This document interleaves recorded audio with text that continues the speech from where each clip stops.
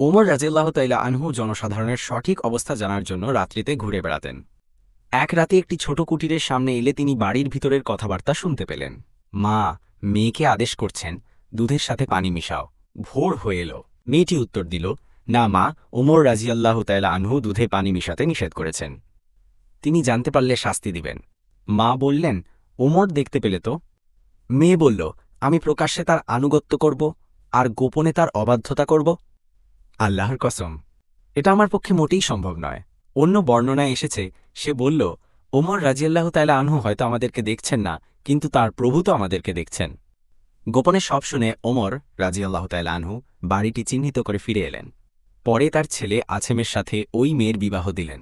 তার গর্ভে 2টি কন্যা সন্তান জন্মগ্রহণ করল, যাদের একজনের গর্ভে ওমর বিন আব্দুল আজিজও রহমতুল্লাহ আলাইয়ের জন্ম হয়েছিল।